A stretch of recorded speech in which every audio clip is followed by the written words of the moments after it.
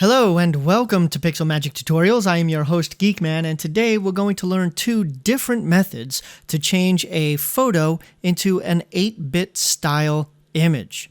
Now, a couple of assumptions I need to get out of the way right off the bat. Number one, I am using Photoshop CC 2017. So if you're using an earlier version of Photoshop, some of the effects may not work as expected. Second, I am using Windows. So if you hear me say hit the Control key on the keyboard and you're using a Mac, that means hit the Command key.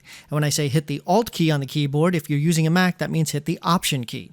So with that out of the way, let's get started. And as I said, I'm going to show you two different ways, and we're going to start with creating the look of square pixels in 8-bit pixel art. Now, we're going to start with creating a blank image with which to work. So we're going to hit Control N on the keyboard to bring up our new image dialog box, and we're going to go to our standard size. We're going to name this, so let's do 8-bit photo, because that's what we're going to do. The width that we're going to use is 3,840 pixels, height of 2,160 pixels, resolution of 150 pixels per inch.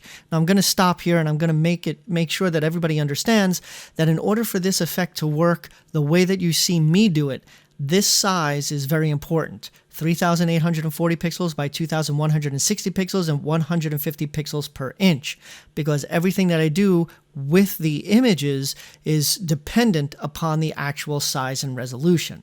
Now, the color mode that we're going to be using is RGB color 8-bit. The background contents does not matter. We're not even going to see them. And the color profile is Adobe RGB 1998 and square pixels. Now, remember, as I said, the width, height, and resolution are vital to making this effect look like the final product that we want. So let's hit create, and we now have a big white nothing with which to work. Now we're going to import our image, but before we do, I'm going to show you a preference that you can use to make importing images a little bit easier when you need them to be a certain type, and that certain type is a smart object. Okay? A lot of times when you import an image into something that you're working on, you want it to be a smart object so that you can do your filters and your effects to it without actually affecting the underlying image, so that if you make a mistake, you can go back. And one way to do that is you go up here to Edit, you go down to Preferences, you go to General here, and right over here on the right-hand side, always create smart objects when placing. That means when you bring in an image into an image that you're working on, a photo or some other image that you may have gotten from the web or from previous work, whenever you drag that into your current work, it will automatically be a smart object. If you check this, if you uncheck this, then it won't be a smart object. It will just be that image or artwork. So I like to use this and keep this on, so you can turn that on in your general preferences, and it will make life a little bit easier if you're doing these kind of effects. Now, as I said, I'm going to grab my image from off the side here, holding down Shift on the keyboard to center the image, and there is the image. Now, I have a link in the description below where you can get this image and the second image that I will use for the second part of this, but any image should work fine. So once you have it in, you want to resize it so that it fills your screen. So I'm holding down Shift and Alt and dragging from a corner to resize it in proportion. And then I'm just going to click and drag and pull it down so that it's centered, or at least the portion that I want is centered on the screen. So once I have that, I'm going to hit Enter on the keyboard. And now I am ready to begin working on this. And as you can see over here on my layers palette, you see this little square down here? That means that this is a smart object. It is not just an image or a photo placed on my image. It is a smart object, meaning that any filters that I do or any kind of edits that I make to this will not affect the underlying image. It will just be filters and edits placed on top of it. So if I want to, I can go back and change that image or revert back to normal. I'll show you what I mean in just a moment. So here we are with our man image. And what we're going to do first is we're going to change the levels of this, okay? So we're going to hit Control L on the keyboard to bring up our levels. Let's move this out of the way so that you can see it a little bit better. Now I've played with this, and what you really want to do is you want to bring up the whites or the brightness, and you want to bring out the darkness so that you have a good contrast between light and dark without losing the actual details that will help make the 8-bit art look like this final image, but in 8-bit. So for this particular image, I've done the work, and this one here is 10, okay, and then 1.4, and then 235. Now, you can see that this is a before and after. This is the after, and if I turn this off, before. So basically what you want to do is kind of blow out the whites a little bit, and you want to bring out the darks a little bit so that it's a little brighter image, so that when you turn this into 8-bit art, you'll be able to see the differences in the colors between each so-called pixel that we'll see on this. Okay, so now we've got our levels. It's a little bit brighter on the screen. So the next thing that we want to do is we want to pixelate this. So we're going to go up here to Filter. We're going to go to Pixelate, and we're going to go to Mosaic. Okay, and that will give us these square pixels. Let me move this out of the way so that you can see it. Now, I am using a cell size of 50.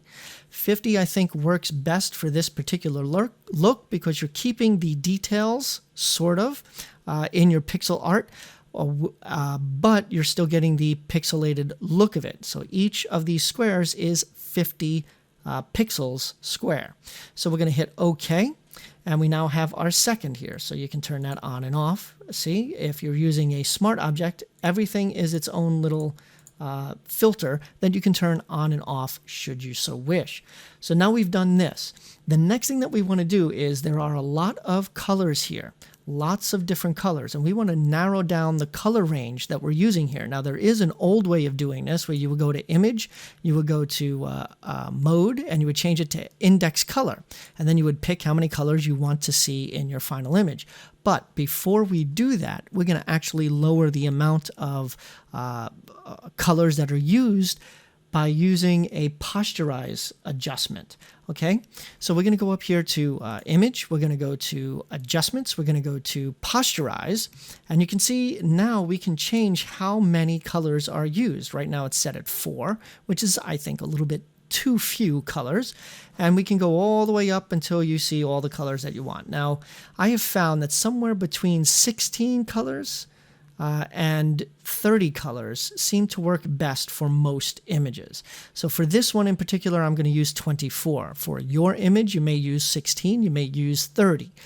Play around with it, see what looks good to your eye, and that will be the number that you want. But for now, I'm going to go with 24. We're going to hit OK, and we now have reduced the amount of colors in our final image. The next thing that we're going to do is now we will change to Index Color. So we're going to go up here to Image, to Mode, and we're going to change to Index Color. It's going to say Flatten Layers, and that means that we're going to get rid of all of this stuff that we've just done. And we do want to do that because the final image is going to be a flat image. So we're going to hit OK. And then over here under Index Color, we get to choose what we want. Now, you can choose just about anything here that you want. You can choose down to, 2 colors. You can choose any of these different palettes, any force primaries. All of them will give you different looks. All of them will be similar, but slightly different. I'm going to stick with a specific look, and that is going to be local perceptual that I want. See, and the color slightly changed there. The color amount, I'm going to use 128. I'm going to use forced primaries so that the colors are the primary colors. Transparency is going to be off. Matte is going to be none here. And dither here, we are going to go with none. Okay, there we go. We're then going to hit OK. And we have basically finished. Now, the last thing that we need to do in order to really complete this effect, maybe you need this for a website. Maybe you need this for something smaller where it needs to be smaller. So the artwork itself right now is finished, but in order to resize this, if you need to resize it, you've got to do it by percentages. So I'm going to show you how to do that now. Okay, so the way that you do that is you go up here, you go to Image, you go to Image Size. Okay, and what you want to do is you want to make sure that under width and height, you've got percentage here, percent. Okay, and then as long as you keep it within even numbers or in the 5, so 5, 10, 15, 20, 25, 30, you get the idea. Those numbers will usually work out very well. If you make it an odd number like 33%, then you're going to lose this effect. Some colors will blend into each other. Okay, so as an example, let me bring this down to 50%. Okay, and the resampling for this effect, when you've got the square pixels, the resampling here should be at nearest neighbor hard edges. Okay, make sure that that is checked, and nearest neighbor hard edges. Everything else doesn't really matter. Your width and height, you're going to change fit to custom because you're changing it to a different percentage. And resolution, you want to keep it at 150 pixels per inch. You can change this if you so wish. It doesn't really affect too much here. So hit OK, and you can see now at a smaller size, at full size, this is full size, and then as you get smaller, it becomes seemingly more and more detailed. And that's the beauty of this pixelated art. Now what I'll show you is a brand new one with the more crystallized or sharp-edged looking pixelation 8-bit art. So let's hit Control-N on our keyboard again to create a brand new one. We'll go back over here, and I'm not going to rename this because we've already done that with the 8-bit photo.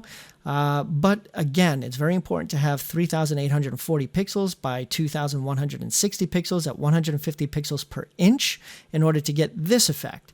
Okay, and RGB color 8-bit, background contents, again, doesn't matter. Working RGB for me is my Adobe RGB 1998, and you want it to be square pixels. Hit create, and you have another image here. Now what we'll do is we will drag in our image, and again, I've got this set to bring it in as a smart object, so we're going to make it really big here.